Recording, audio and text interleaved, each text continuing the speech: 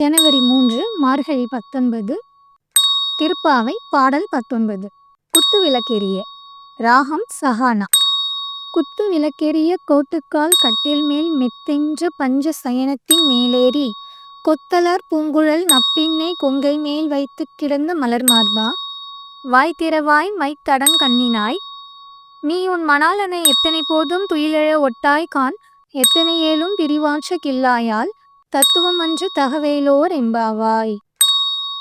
பாடலின் பொருள்: குத்து விளக்கெரிய யானை தந்தத்தால் ஆன கட்டில் மேல் விரிக்கப்பட்ட பஞ்சு மெத்தையில் விரிந்த பூக்களை சூடிய நப்பின்னையின் மார்பில் தலை வைத்து கண்மூடி இருக்கும் மலர் மாலை தரித்த கண்ணனே, நீ எங்களுடன் பேசுவதற்கு வருக. மைப்பூசிய கண்களை உடைய நப்பின்னையே, நீ உன் கணவனாகிய கண்ணனை எவ்வளவு நேரமானாலும் தூக்கத்திலிருந்து எழுப்ப மனமின்றி இருக்கிறாய். காரணம், கன நேரம் கூட அவனை பிரிந்திருக்கும் சக்தியை இழந்து விட்டாய். இப்படி செய்வது உன் சுபாவத்துக்கு தகுதியாகுமா? பாடலின் விளக்கம்: மீண்டும் தாயாரையே கெஞ்சுகிறார்கள் பாவை நோன்பிருக்கும் பெண்கள். அம்மா, நீயே அவனை விட மறுத்தால் நாங்கள் என்ன ஆவோம்? அவன் அருளை பெற்று தர வேண்டியது நீ அல்லவா என்று கெஞ்சுகிறார்கள். திருவெம்பாவை பாடல் 19 உன் கையில் பிள்ளை உனக்கே அடைக்கலம் என்று அங்கு அப்பழஞ்சொல் புதுக்கும் எம் அச்சத்தால் எங்கள் பெருமான் உனக்கொன்று உரைப்போம் கேள்.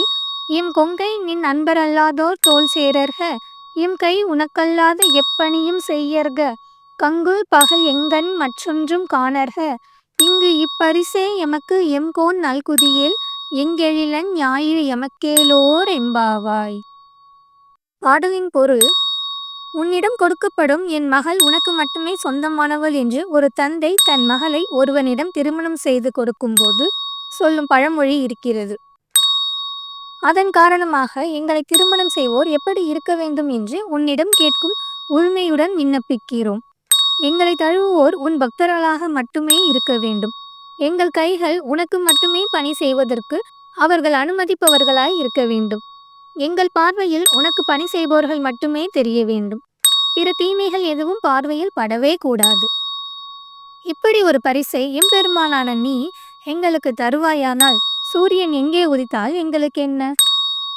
பாடலின் விளக்கம்: அக்காலத்தில் பெண்கள் எத்தகைய மணவாளன் தங்களுக்கு அமைய வேண்டும் என்று கேட்கும் உரிமை இருந்திருக்கிறது. அதனால்தான் ஒரு பக்தன் தங்களுக்கு கணவனாக வேண்டும் என்றார்கள். அது மட்டுமல்ல, நல்ல கணவன் அமைந்துவிட்டால் கிரகங்களின் மாற்றம் கூட ஏதும் செய்யாது என்று உறுதியாக சொல்கிறார்கள். இறைவனை உறுதியாக நம்புவோருக்கு கிரகங்களின் தாக்கம் இல்லை என்பது இப்பாடல் உணர்த்தும் கருத்து.